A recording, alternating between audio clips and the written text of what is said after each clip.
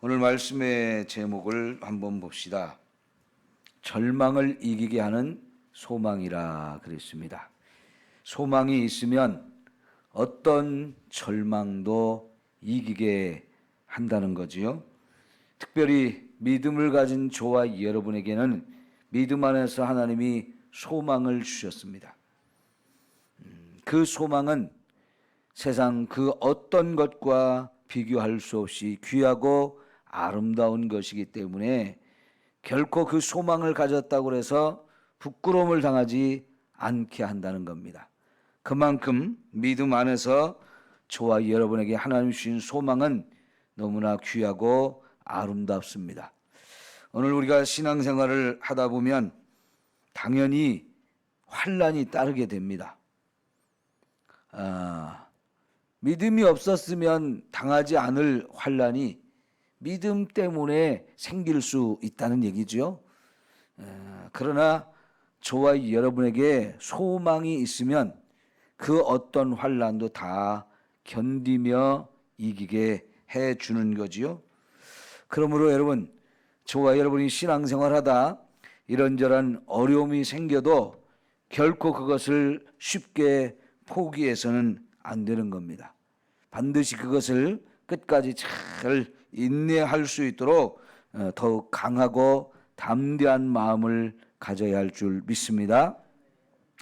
인내하다 보면 두 가지 큰 유익이 있는데, 하나는 저와 여러분으로 하여금 연단을 받게 한다는 거예요. 연단.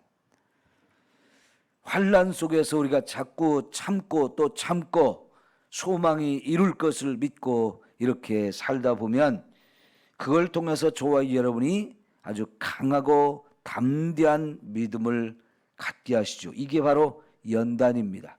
그래서 저와 여러분을 더 성숙한 사람이 되어지게 만들어 주는 거지요.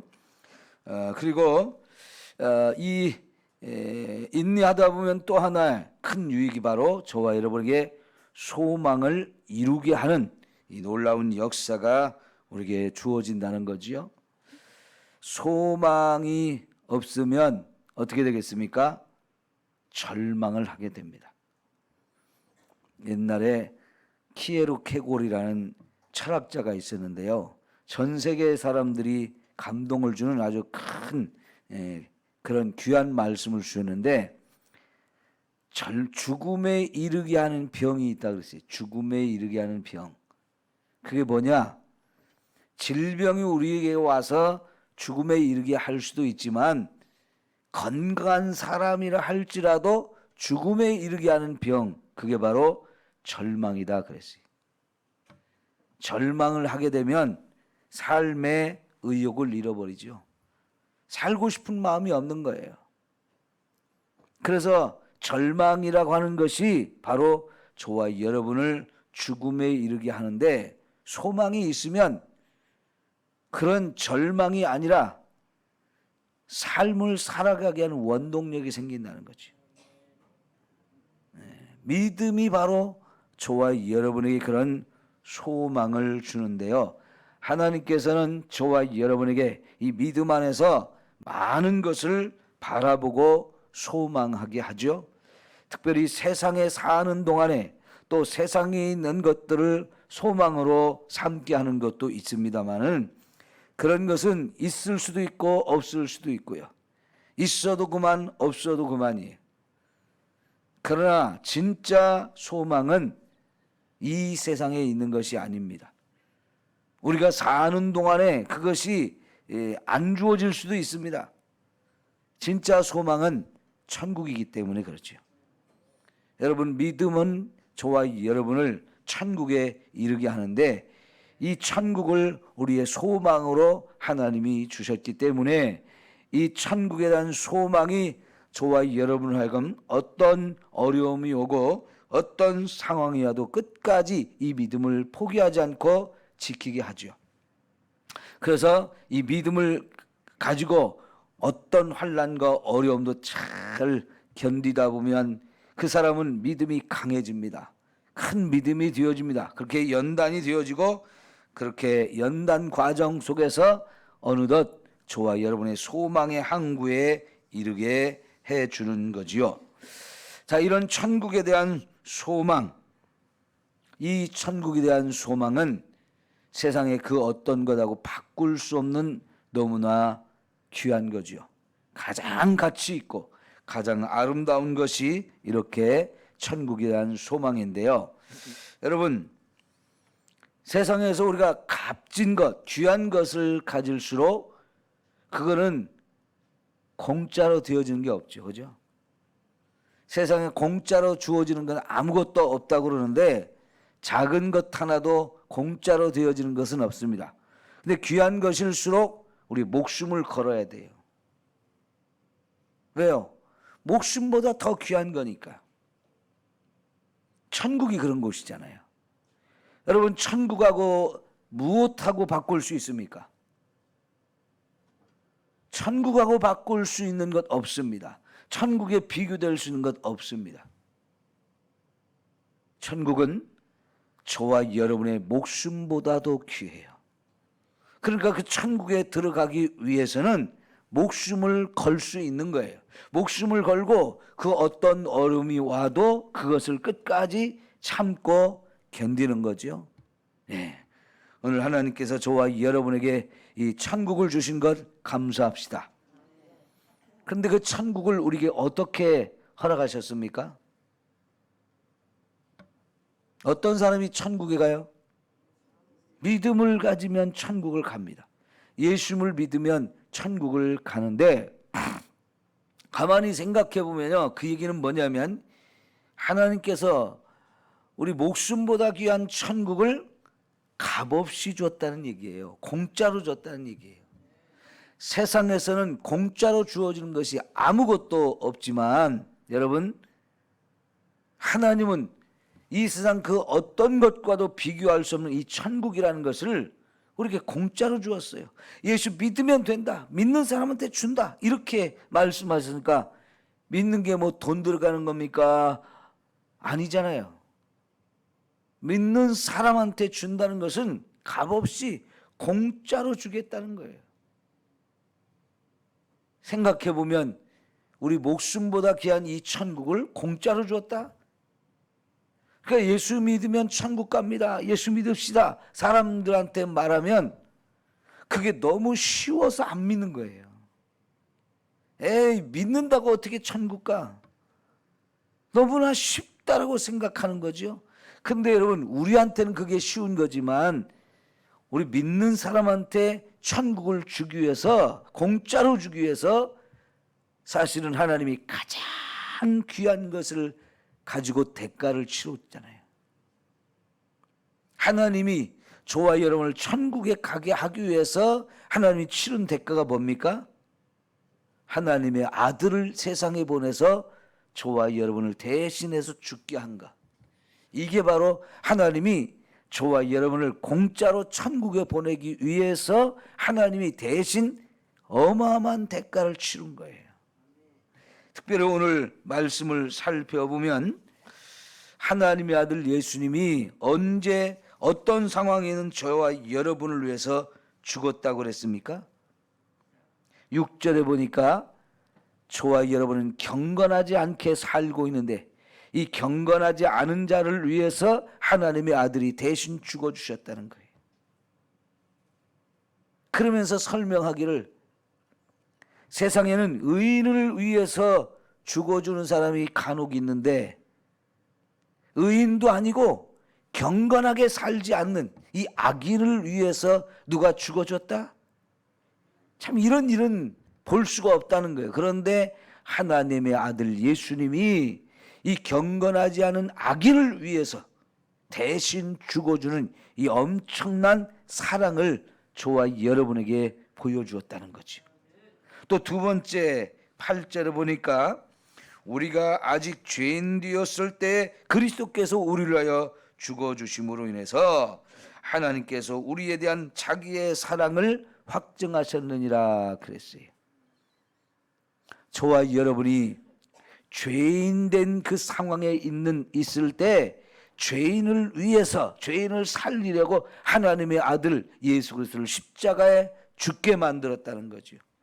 이거는 하나님이 저와 여러분을 얼마나 사랑하는지를 보여주는 가장 확실한 증거라는 거지요. 예? 죄인인 저와 여러분을 위해서 하나님의 아들이 죽었다. 상상할 수 없는 일이 벌어진 거예요. 생각도 못한 일이 일어난 거예요.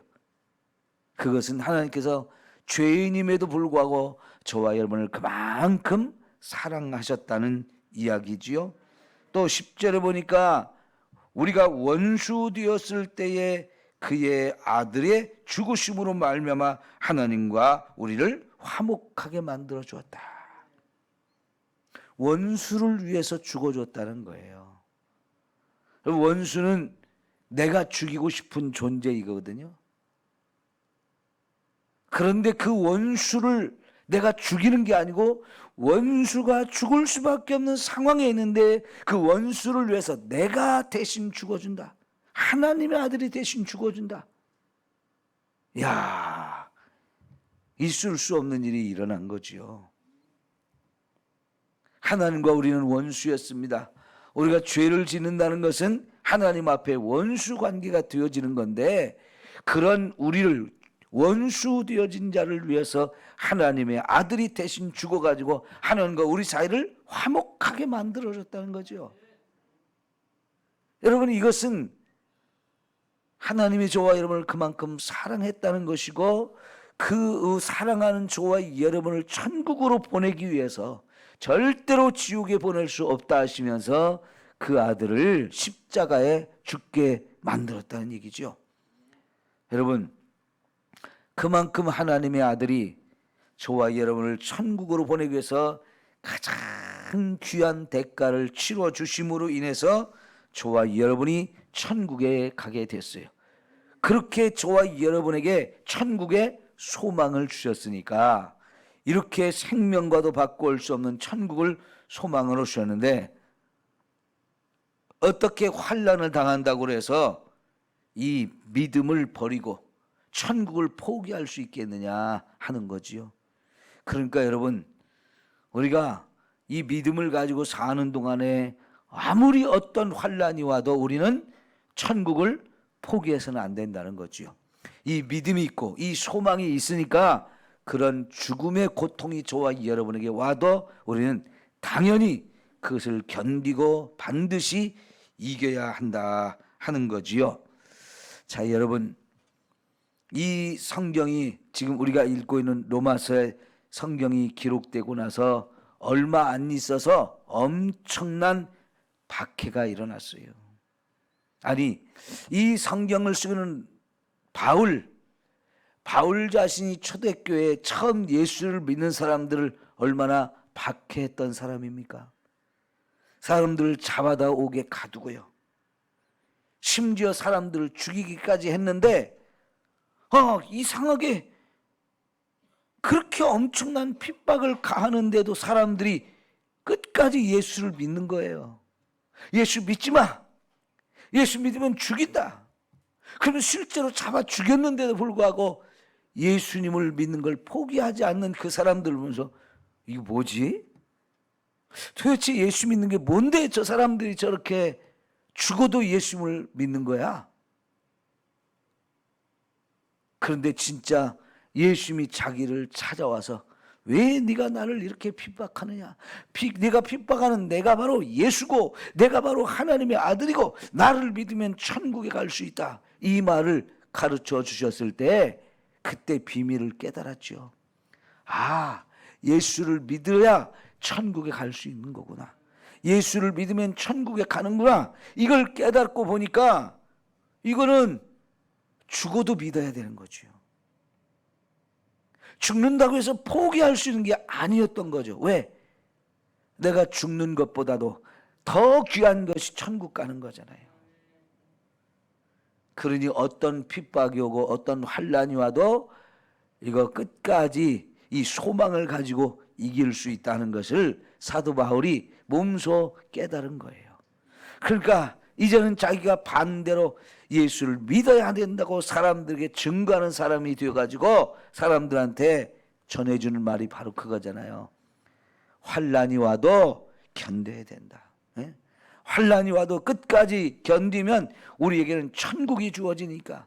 이 천국이 있는데 천국을 고난이 왔다고 포기하면 결국 그 사람은 어디 가는 거예요?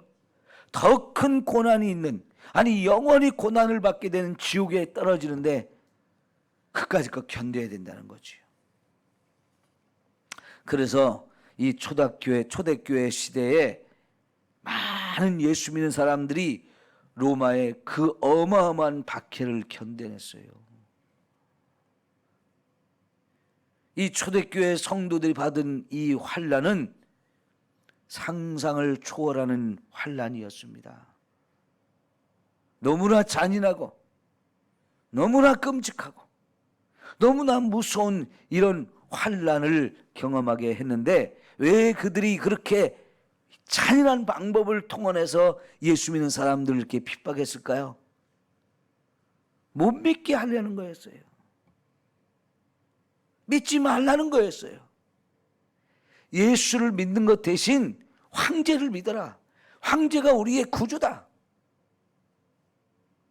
여러분, 사도 베드로가 주는 그리스도시요 살아계신 하나님의 아들입니다라는 이 고백을 했는데 거기서 베드로가 예수님을 주님이라고 불렀잖아요. 그런데 우리가 예수를 주님이라고 부르는 걸 못하게 하고 눈에 보이는 황제가 우리 주인이라고 그걸 고백하게 하라고 그랬어요. 그 황제가 신이다. 그러니까 황제를 섬기면서 주인으로 섬겨라. 그러면 다 살려줄게 그랬어요. 예, 겉으로 보기에는 눈에 보이는 황제를 믿어야 생명을 얻는 것처럼 보여졌습니다. 그리고 그 황제를 주라고 고백하지 않으면 죽이겠다는 거였어요. 그러니 여러분, 사람들이 죽는 길을 선택하겠습니까? 사는 길을 선택하겠습니까? 사는 길을 선택하려고 그랬죠. 그런데 예수 믿는 사람들은 아니었어요. 절대로 황제는 우리의 주가 아니다. 나는 황제를 주님으로 섬기지 못한다. 왜? 나는 하나님의 아들 예수를 주님으로 섬긴다. 그리고는 황제가 내 생명을 빼앗아 간다 할지라도 나는 두렵지 않다. 그까짓 거 무섭지 않다. 왜? 내가 죽으면 오히려 천국에 갈 수 있으니까.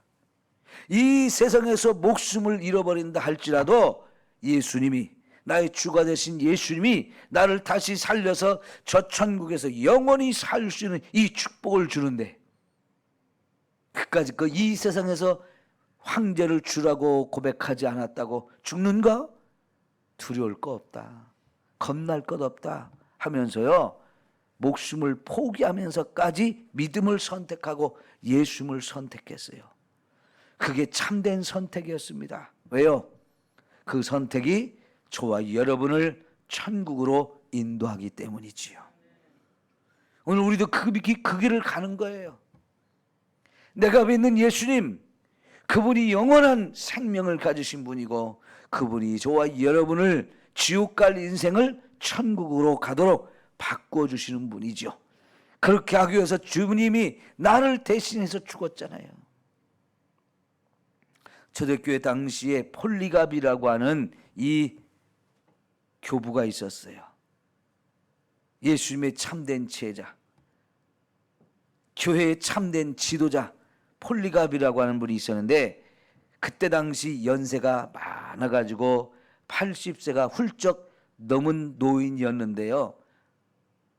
이 교회와 성도들을 핍박하던 그 사람들이 교회 지도자인 폴리갑을 잡아다 죽이면 나머지 성도들 다 믿음을 버릴 거다.